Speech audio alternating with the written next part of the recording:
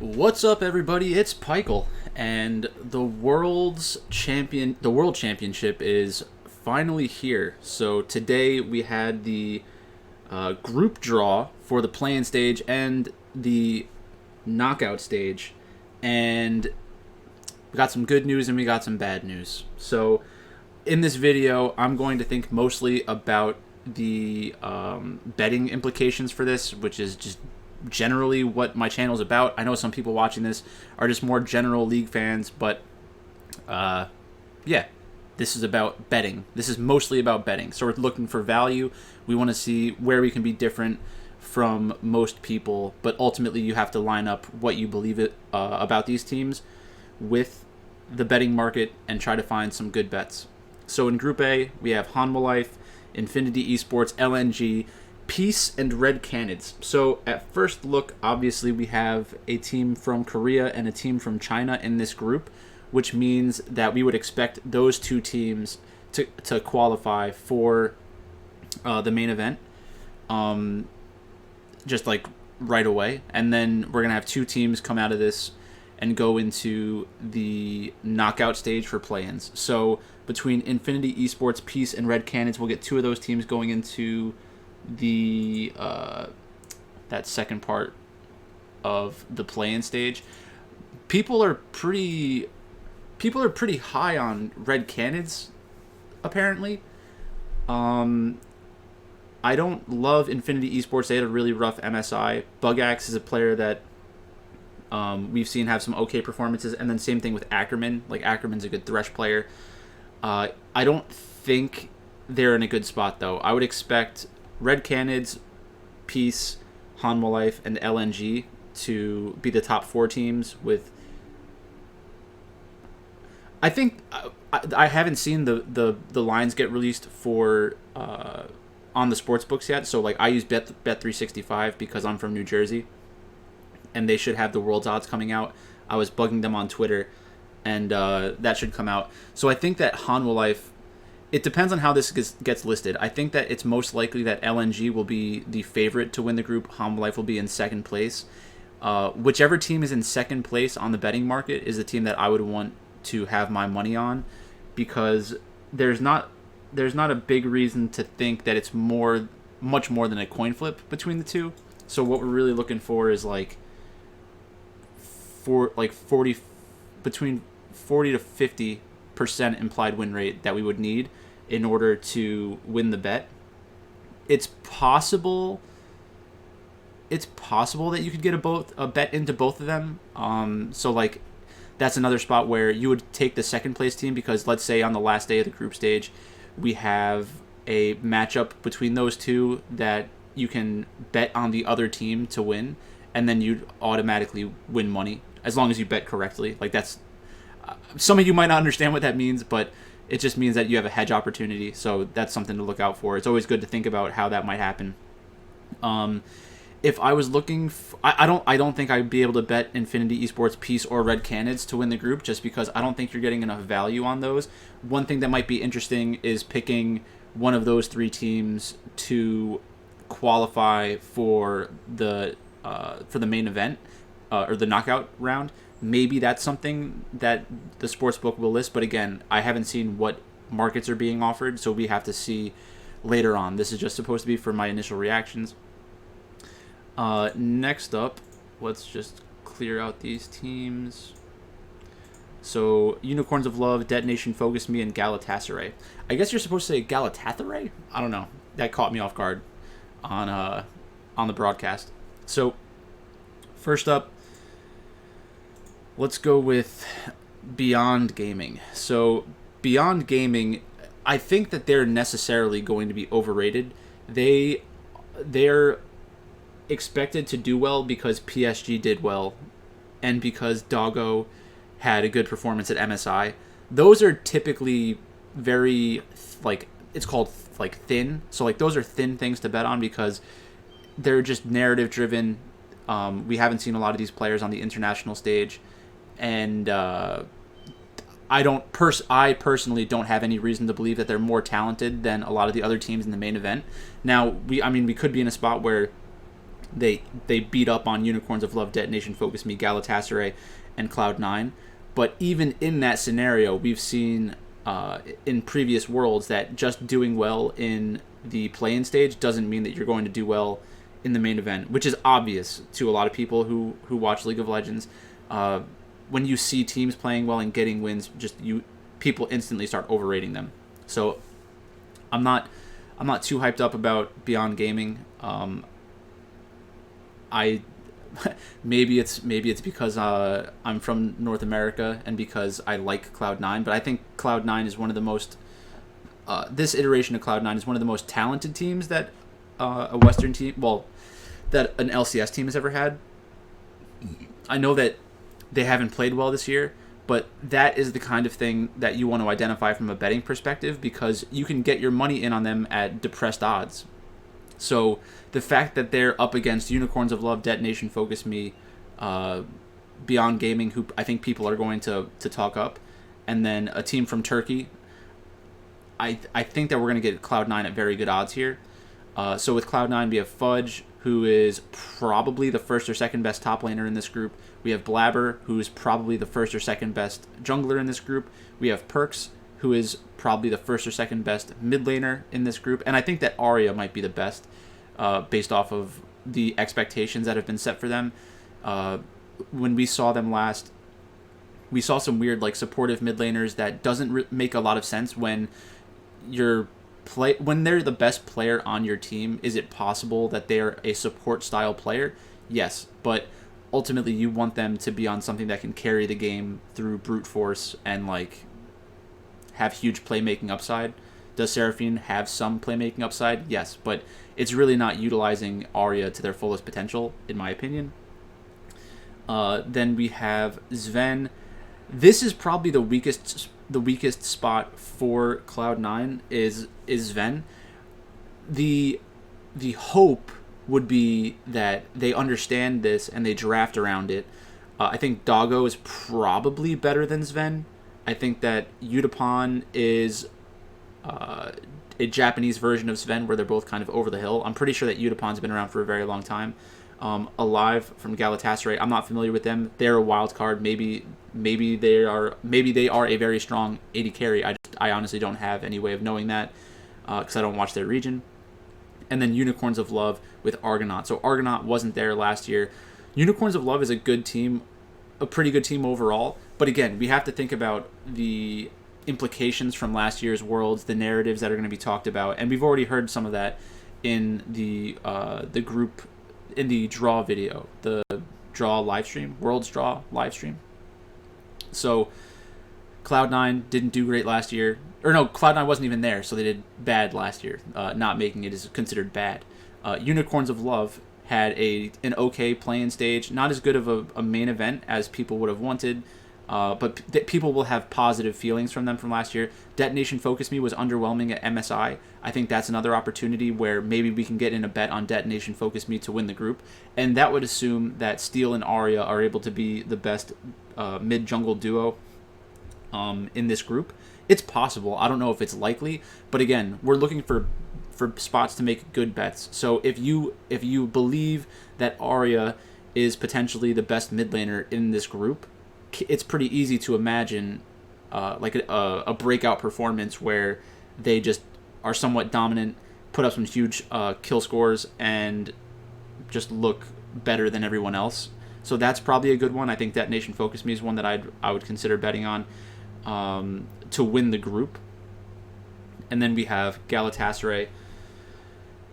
Coming from Turkey, people are going to instantly want to think of them as supermassive. That's going to overrate them, I think, necessarily, because people just like betting based off of region, which sometimes it's fine. Like sometimes you get to the right answer for the wrong reasons, and I think that's the only justification for betting on Galatasaray right now.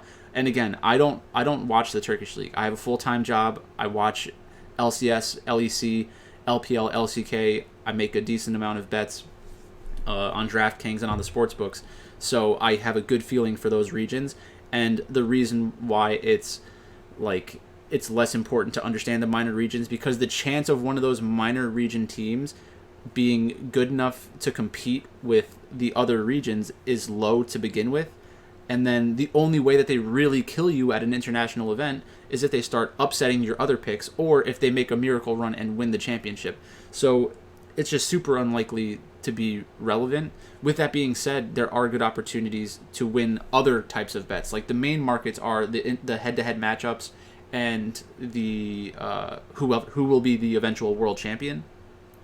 But when they release these like group odds, that's where we might actually find some value. So it'll be interesting. It'll be interesting to see what the initial odds are.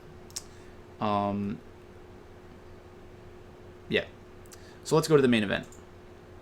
And again, let's refocus. This is for betting. So before people start getting upset about stuff, just remember this is for betting reasons. And we've already talked about these teams a decent amount on the channel. So Group A, we have Damwon, world champions. We have FPX, world champions. And then we have Rogue, who got screwed last year with their draw, and they got screwed again with this year's draw. Really unlucky. No one's picking anyone other than Damwon or FPX to get out of this group. So I think that necessarily makes the other two teams interesting bets. I think it's very unlikely that any of these teams outside of FPX and Damwon have a chance to win this group. So we'll see who comes in from the play-in stage. Top two teams. I was just checking to see if they had any third place qualifiers. But that's really unlucky. I mean, Damwon and FPX, really tough matchups for Rogue specifically. I mean, Khan against Adewamne is not a good matchup. Nuguri against Adewamne is not a good matchup. Canyon against Inspired is not a good matchup. Tian against Inspired, I think that Inspired can hold their own against Tian. Then we have Showmaker, Duanby against Larson. I mean, Larson's a good player. I do think that we'll get like a competitive Rogue team, but I don't think they're actually going to challenge for one of the top two spots in this group. And then in the bot lane, Ghost and Beryl. I think Ghost and Beryl are actually they're definitely overrated right now. And same thing with LWX and Crisp. So if Hansama and Trimby can put together like the best laning performances of their careers, that's really the only way that I could see Rogue making it out of the groups. So if they are, I mean, think about it before we talk about implied win rates and like what the odds are for them to get out. What do you think the odds of them getting out are? 5%, 10%. So that's the initial number that you're going to have to compare to the betting market. So like if they're plus 800, 700, 600, 500 would be 400 would be 20%, right? So if they're at 500, so plus 500 or better, I think is where we can start looking at Rogue to get out of the group stage. And the odds will probably be offered higher at that during the tournament if they lose a match or something like that. So I know it seems impossible at this point, and those are the kinds of bets where you just have to make the bet knowing that you're probably losing your money, but you'll have good value there. So just a bet to look out for on that one. In Group B, we have 100 Thieves, Edward Gaming, and T1. So this is a pretty tough group for 100 Thieves, but again, let's just go through and see the matchups. So Someday against Flandre. Someday is just as good as Flandre, talent-wise. I mean, at one point, Someday was thought of as one of the best top laners in the world. I know that going to LCS could theoretically diminish your long-term talent, but they have that ability in them. So after this boot camp and everything, I wonder how good Someday will be. So that's my hopeful thought, is that Someday would be just as good as Flandre. It's possible that Flandre is just outright better. And then Kana against Someday. Kana is the best top laner in this group. Kana is better than Flandre. Kana is one of the best. Kana is maybe the most underrated top laner in the world. So there's that. In the jungle, we have Closer against Jai Jai. I'm not a huge fan of Jai Jai. I'm willing to say that Jai Jai is better, but it's just there. It's not unwinnable. And then Closer against Wunner. They're starting Wunner, right? So that's another one where it's like I haven't seen a ton of Wunner, but I would have to just assume that they're better than Closer. A lot of these games are going to come down to the draft, because 100 Thieves is a good enough team where if they get a win in the draft, they have a chance to win the actual game. Abbedagge against Scout. Scout is the better player long term, like for their career, but Abbedagge has a good champion pool and could outscale Scout or even Faker. The reason I say that is because I think that it's more likely Abbedagge's champion pool will be selfish, focused on winning the laning phase, focused on giving a lot of resources to Abbedagge. It's very possible that a team like EDG will play control mages in the mid lane, which is exploitable in draft. Or for T1, if we get into a hyper carry meta, it's very easy to think that Faker is one of the most versatile players in the world, so he can play 80 carries in the mid lane if it turns into that kind of meta. He can play support champions if it turns into that meta. He can play control mages if it's that meta, and he can play assassins if he wants to try to punish one of those other metas.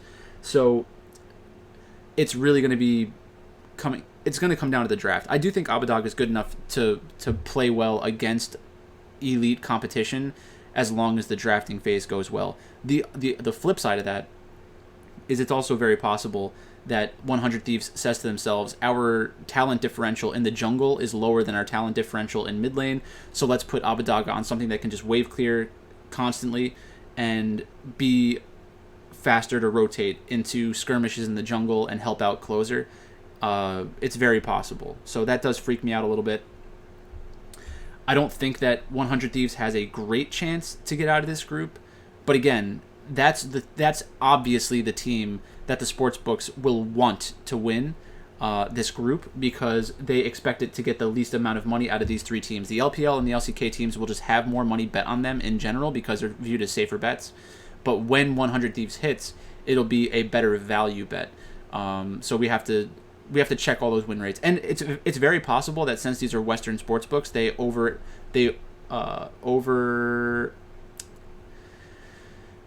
set their expectations too high for how much money would be brought in on Western teams, and that might skew the lines as well. So again, we have to wait until those are released. This is just an instant reaction video. Group C. So Fnatic, PSG, and RNG. This is one of the best scenarios for Fnatic to get into the next stage. I thought that this was going to get flipped around a little bit. I thought that it was going to be Fnatic against Team Liquid's group, but assuming that this is correct, we have Fnatic, PSG, Talon, and RNG. So people will probably say, Pykel, why'd you say that? But I think that all three of these teams are overrated right now, and for very different reasons. So Fnatic, we have Adam, who has had a good rookie year. We have Bwipo, who's made a good transition into the jungle. We have Nisqy, who is the most overrated mid laner maybe in the world. And then we have Upset and Hylissang. Upset is a traditional AD carry player and takes advantage of the rest of his team creating advantages throughout the map, and then gets a lot of the kills, and the people say, oh my god, Upset is so good, bot diff. And it's just really not, that's just not League of Legends. I know that people will disagree with me on that one, but I think that it's pretty exploitable. This is going to be interesting because the last videos I made, I was talking about how I think PSG Talon is in a rough spot from expectations, because everyone is saying, like, you know, they can just build on last year's Worlds performance and on their MSI performance. They did really well in the play-in stage, but they had a really tough time in the main event. Now, part of that comes down to their competition, but how good do we really think PSG is? So Hanabi is good enough. Hanabi against Adam, I could see Hanabi winning that lane. Hanabi against Xiaohu, you're probably going to lose that one, unless RNG drafts poorly, which they are known to do. In the jungle, River. River against Bwipo. River is the better player. River against Wei. River's probably not the better player, but I think Wei's overrated. Then we have Cryan against Maple. We've seen that matchup before, and that was when I think Cryan was on E-Star, so Cryan definitely looked better at that point. But if you told me, Maple puts together a really good Worlds performance, would anybody be surprised? I don't think so. I mean, it's definitely an upgrade over their previous mid laner. And then Unified and Kai Wing against Upset and Hylissang. With that sight unseen, I would just take Unified and Kai Wing. I would say straight up, that's probably a spot where the group think is going to say Fnatic is just better in like 3 or 4 positions, and then that would make Fnatic the favorite going into that match. I'd rather have my money on PSG Talent in that scenario. And I think we might actually, I might try to do that, where I try to set my money lines for what I think is going to happen, and then see what my projected money lines would be going into these individual matchups and project that out before they start releasing them. And then Fnatic against RNG. So Adam against Xiaohu. Xiaohu is better. Bwipo against Wei. Wei is better. Niski against Cryan. Some people are going to say Niski is better. I really don't know how you can say that, but go ahead, say what you want to say. And then we have Gala and Ming against Upset and Hylissang. I think that Gala is extremely overrated, but I think that they're certainly better than Upset and Hylissang. The concern is that I'm in a lose-lose situation. 2 of these teams are going to make it out of this group most likely, unless we get like a team coming out of the play-in stage, like LNG or Hanwha Life. I guess Hanwha Life could go into this group. So that would make it. That would be my best case scenario. Would be we get a very strong knockout, a very good team from the knockout stage that gets to push out one of these teams. This would be a fun group to watch. I think that the games will be super exciting, and I'm glad that the group came out this way.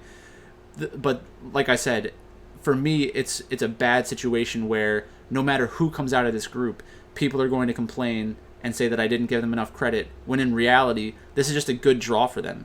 Like, it's just a good draw for all 3 of these teams, I think. I do expect RNG to make it out of this group. And I would probably say I expect PSG to make it out of this group. I think if you are looking for value, you probably want to bet PSG Talon. Or if we think that Hanwha Life will make it into this group, I think that you can probably bet on whichever play-in team comes into this group winning the group. I think that would be a very good bet. So we'll have to look when that's released. Yeah, or you can bet PSG Talon to get out of the group, just as one of the top 2 qualifiers. And then Group D, and this is amazing for me, because whether or not, like, I think that Gen G would have done well in a lot of different group combinations. So this is either Gen G is going to be dominant and I'm going to be very happy, or Gen G is going to be like very shaky, not make it out of this group, and then everyone's going to shit on me, and that would be so funny. So let's go lane by lane. So Rascal against Armut. If you think that Armut is better than Rascal, then please tell me how we can bet money against each other in everything. Anything you want. Anything you want. You tell me what bet you want to make. I'll just assume that you're wrong because you have bad eyes. Then we have Rascal against Alphari. I think that Rascal is better than Alphari as well. The one thing that I would say about Alphari is that his champion pool and his playstyle are going to make him look better against the other elite top laners in the world, because he can be more selfish, and he's going to get more attention. So those are good things for the optics, not necessarily good things for his team's chances to win matches. In the jungle, Clid against Elyoya. Same thing. Elyoya has had a good year. Elyoya looks like a good player. Elyoya plays in Europe. People want European teams to be good. People expect European teams to be good. Elyoya is not a significant upgrade over Shadow. It's just not the case. Shadow had a bad year last year. That was a bad split, or a bad Worlds performance. that meta was not built for Shadow. Shadow was not a Graves type player. Shadow was not a new style of carry jungler. He was an old school carry jungler. He's a very good Lee Sin player. He just didn't fit in the meta that emerged at Worlds, which contributed to their bad performance. Arome was garbage last year. Actual garbage. He was horrible. Very bad player at the professional level. At the Worlds level. Professional level is not fair. He put together some good performances in like smaller regions and stuff like that. But asking him to play up to the Worlds level of competition just was never going to work out stylistically and also from a talent perspective. I don't have any ill feelings towards Arome. I didn't lose any money on Mad Lions last year because I didn't bet on them, I don't think. But that's fine. Then we have Clid against Santorin. Clid's obviously better than Santorin. In the mid lane, we have BDD. BDD against Humanoid. I saw Peter Dunn's list, and he has Humanoid as the 9th best player at Worlds and one of the better mid laners at Worlds. That's a joke. I really, it's tough to imagine any Korean team or any Chinese team agreeing with that statement. I just don't understand why things like that are said. It's pretty insane. If Humanoid was in China, they wouldn't be on that's not fair. If Humanoid was in China, they'd be on a bottom third team at best. If they were in Korea, they'd be on a bottom half team at best. Like, who would you rather have? Who would you prefer to have Humanoid over if you were building a roster? Like, it just doesn't make any sense. Take the language barrier and everything out of it. It just doesn't make any sense. And then BDD against Jensen. That's fine. BDD's the better player. In the bot lane, we have Ruler and Life. Ruler and Life are significantly more consistent than Carzzy and Kaiser. I do like Carzzy and Kaiser a lot. I think that's actually the underappreciated part of Mad Lions that really allows them to employ the playstyle that they have. So if Mad Lions does well, I'll be happy about Carzzy and Kaiser probably having good performances. And then we have Team Liquid, so Ruler and Life against Tactical and Core JJ. That should be an interesting matchup. I'm pretty sure that Core JJ was the support for Ruler when they won the World Championship, right? Let me just check that. Yeah, so I'm pretty sure... Yeah, they used to be on the same team. So that's a very cool matchup.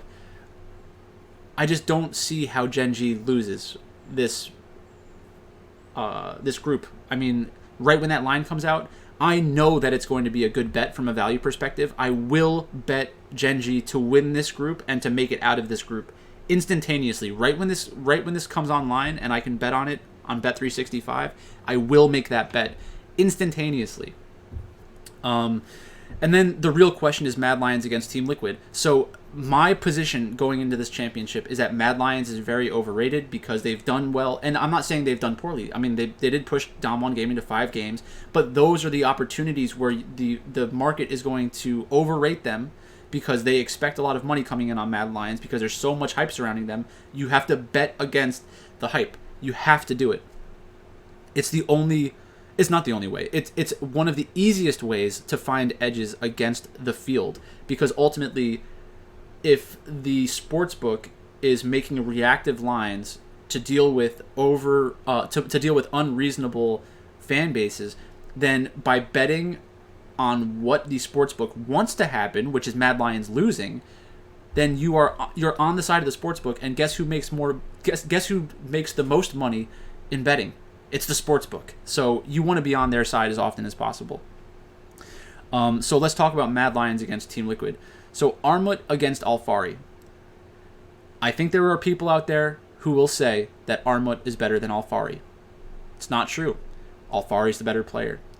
Alphari is, if people who have watched my videos all year, you know that I think Alfari is slightly overrated because he is a carry player and because it necessarily makes him look better. He gets more resources, he gets better matchups, his team often drafts around him, gives him extra attention in the top lane, sends the jungler up there. All of those things make it easy to see like Alfari is a good enough player against a lot of the elite top laners in the world. And Armut, to be fair, he does have chances to win individual lanes and not counter Alfari in draft, but limit what Alfari is able to accomplish in the laning phase, because he does have an interesting champion pool, and Armut does play against pretty good competition in the top lane in the LEC. I'm not trying to say that Armut is bad.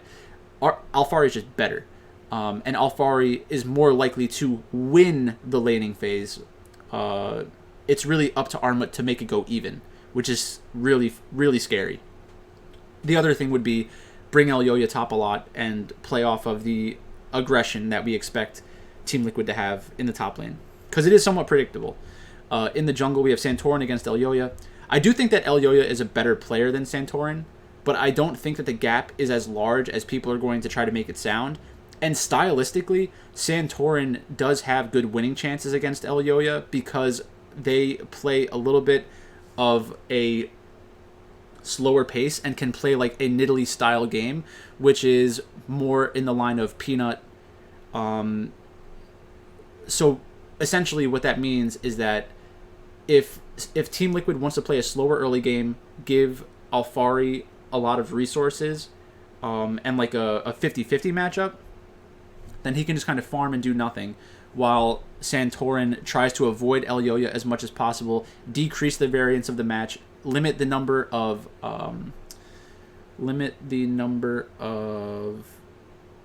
interactions between the teams in the early game, and then like get them into the mid game, play a macro focus game, keep it slow.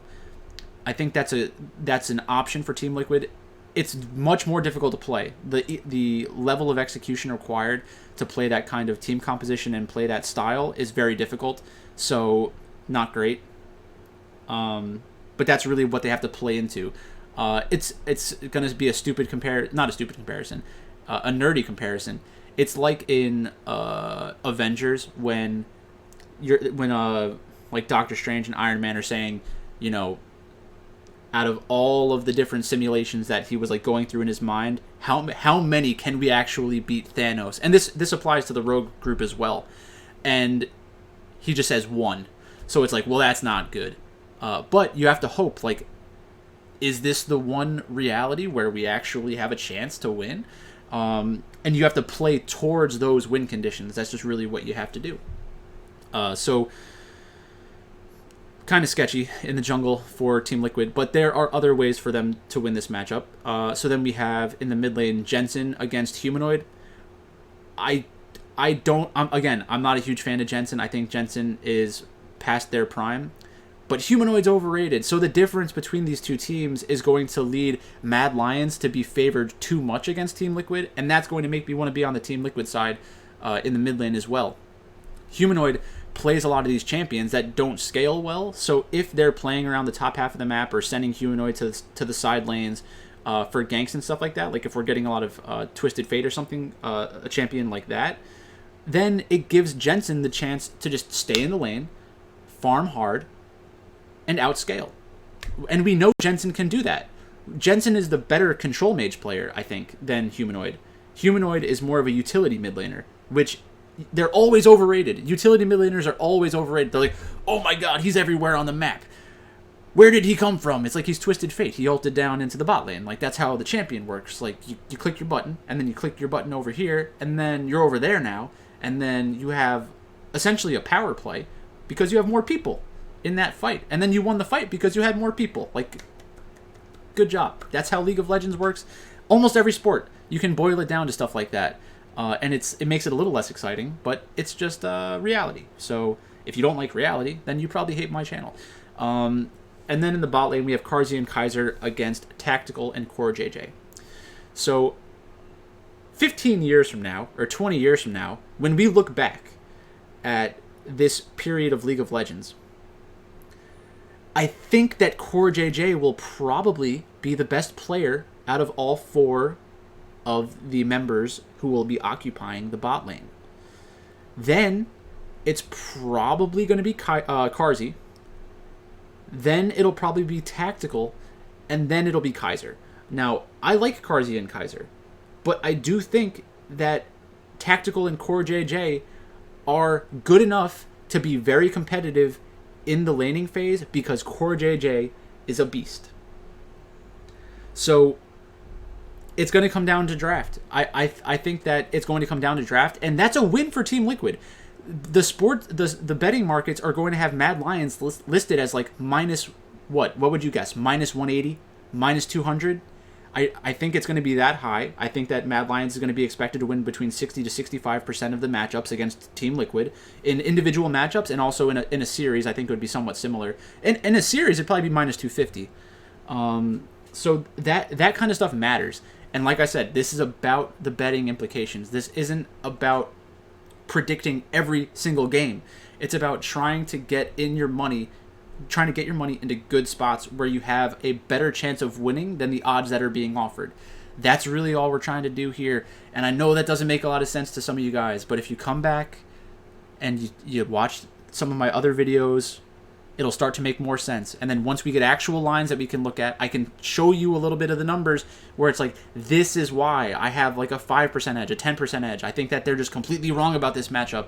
I think that this underdog actually has a legitimate chance to win. That's what we're looking for. Betting on underdogs is the way you make money most of the time. It's just finding those underdogs who have realistic chances to win compared to their break-even win rate, which... We'll get there. You'll get there. We'll all have a nice laugh about this at the end of Worlds when you start to understand what we're actually looking at. So that was my initial reaction video. Actually, let's do one last thing. The best bet to win Worlds because of how the group stage shaked out, or the draws shaked out. The two bets that I would want to make are Gen G and Hanwha Life. Gen-G and Hanwha Life. I'm pretty sure, I'm sure that there will be people talking about this on Twitter soon. If Hanwha Life makes it out of the play-in stage, they have to go into Group C, right? So if they have to go into Group C, I think that gives them a pretty legit chance. And for Group D, I think that means that LNG would have to go into Group D. So I would bet Group C and Group D, the winner to come from the play-in stage, as a hedge against Gen-G, and then to win the championship, I would say Hanwha Life, Gen-G, and LNG are three good value bets because there's a lot of uncertainty surrounding their tournament, because LNG and Hanwha Life have to make it through the play-in stage, which necessarily makes it like a more complicated bet, because it's like you have to do more things. There's a longer conditional statement with them. And then Gen-G, I think they just had a good draw. I mean, the only way that I would like this better is if it was Gen-G, probably Gen-G and then Rogue. No, actually, Gen-G, if it was Gen-G, I like the fact they got Team Liquid. I guess you could have gotten PSG Talon in there, and that would have been good too. Yeah, so that's almost a perfect draw for Gen-G. And yes, there's a chance that they fail, but we're not trying to predict the future. We're trying to project the future and then compare it to the sports market. So that's it. That's a 38-minute video. Not so bad. Somebody in Discord was like, "Oh, it's going to be 90 minutes. Can't wait." I'm like, "Nope. This is just going to be a first look. We'll dive deeper into the numbers as time goes on." Make sure that if you want access to my betting picks, you check out my Patreon, $10 a month. But until next time, thanks for watching, and I'll talk to you later.